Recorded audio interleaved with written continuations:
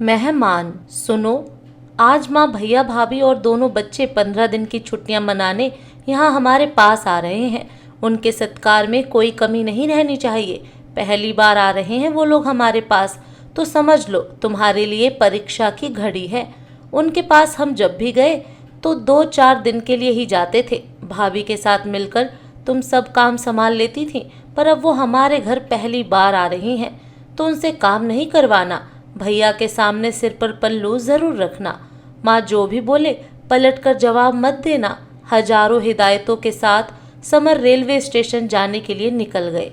इधर मानसी ये सब सुनकर सोचने लगी, क्या मुसीबत है, ये घर वाले आ रहे हैं या फिर कोई ऐसे मेहमान जिनके लिए मुझे इतनी हिदायत दी गए। मानसी जल्दी जल्दी काम निपटाने में लग गई। रात के 9 बजे ट्रेन आएगी, आते ही सबको पानी चाय दूं और आते खाना ही खाएंगे।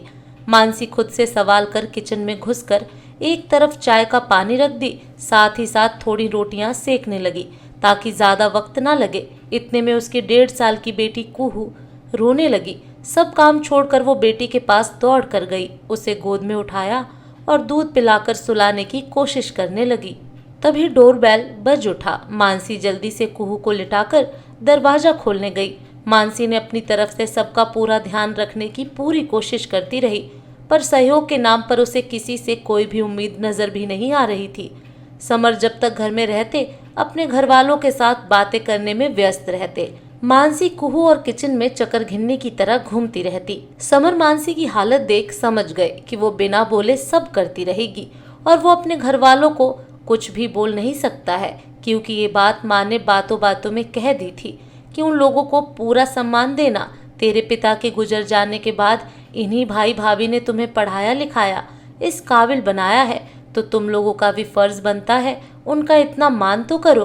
किसी तरह 1 सप्ताह बीता ही था कि समर को टाइफाइड हो गया। अब मानसी के लिए परीक्षा की मुश्किल घड़ी आ गई। वो सबका ध्यान तो रखती ही थी, पर खुद का ध्यान रखना मुश्किल होने लगा। छोटी कुहू को ज्यादा गोद की आदत नहीं थी, पर थी तो वो भी बच्ची ही। मानसी इन लोगों की खातिरदारी के चक्कर में कई बार उसको रोता छोड़ इन लोगों के लिए चाय पानी खाना ही करती रहती। समर के लिए अलग से खाना बनाना, फल देना, कभी कभी शरीर में दर्द हो रहा हो तो मालिश करना, इन सब चक्कर में मानसी परेशान तो हो रही थी, पर कुछ बोलना नहीं कि गांठ अब ढीली पड़ने लगी थी। उसको लग रहा था ये कैसा परिवार है जो बस छुट्टियां मनाने आए हैं, बाहर घूमना फिरना कर रहे हैं, अपनी मस्ती कर रहे हैं, पर ना समर की परेशानी दिख रही है ना मेरी। सास भी बस बोलती रहती, पानी दे दो सबको, थोड़ा चाय बना दो, तो वक्त पर खाना दे दो, बच्चों के लिए ये बना दो, पर मदद के नाम पर मानसी के खुद के 2 ही हाथ चलते रहते। 2 घड़ी कुहू को सांस लेती भी तो कुहू किसी के पास रहती नहीं थी, एक समर के ही पास रहती है, पर अब वो भी बीमार पड़े हैं। समर की तबीयत खराब सुनकर मानसी की माँ उनको देखने आई। मानसी की हालत देखकर एक माँ का कलेजा रो पड़ा। अब वो किचन में मदद करने लगी और बोली, तुम कुहू और दामाद जी को देखो। मानसी माँ के आने से खुश तो थी, पर जानती थी सास की नज़र में उसकी माँ बस बहू की माँ भरी ही है, जो बेटी की मदद कर रही है तो क्या गलत। हम तो मस्ती करने आए हैं, आराम करेंगे। मानसी ने किचन माँ के हवाले कर समर पर ज्यादा ध्यान देना शुरू किया। डॉक्टर घर आकर देख जाते थे, बोले कमजोरी है, अभी भी हेल्दी और सुपाच्य खाना खिलाइए। कुछ दिन बाद समर ठीक हो गए, पर कमजोरी अभी भी थी। देखते देखते 15 दिन भी गुजर गए। ससुराल वाले अपने नियत तिथि को जाने के लिए तैयार हो गए। पहली बार आए थे तो सबके लिए कपड़े भी लेने थे। समर उस हालत में भी जाकर सबके लिए कपड़े लेकर आए। माँ खुश होकर बोली कि बेटा कितना सोच रहा सबके लिए, इतना ध्यान रखता है सबका। मानसी टुकुर टुकुर बस सास को देख रही थी, सोच रही थी किसने क्या किया वो तो भगवान ने देखा। जब वो लोग चले गए तब मानसी की माँ ने समर से पूछा, बेटा मेरी बेटी आपके परिवार वालों की खातिरदारी में पास हुई?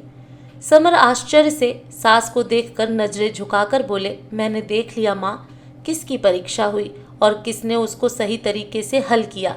मैं जानता था मानसी को परेशानी होगी, क्योंकि मैं अच्छी तरह जानता था छोटा हूँ तो माँ कभी नहीं चाहेगी कि भाभी यहाँ आकर काम करे, और ना माँ करेगी, क्योंकि वो भी दिखाना चाहती थी कि मैं कोई काम नहीं करती। अब 2 बहुओं के रहते मैं ये नहीं जानता था कि वो खुद से भी पहल नहीं करेगी।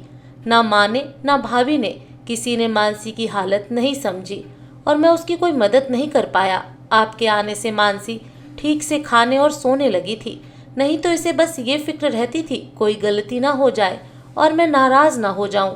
मानसी, ये परीक्षा हम दोनों के लिए ही थी और इसमें तुमने बाजी मार ली और मैं हार गया। अब से एक वादा करता हूँ, जब भी वो लोग आएंगे, कोई मदद करे ना करे, पर मैं तुम्हारी हर संभव मदद करूंगा और कोशिश करूंगा।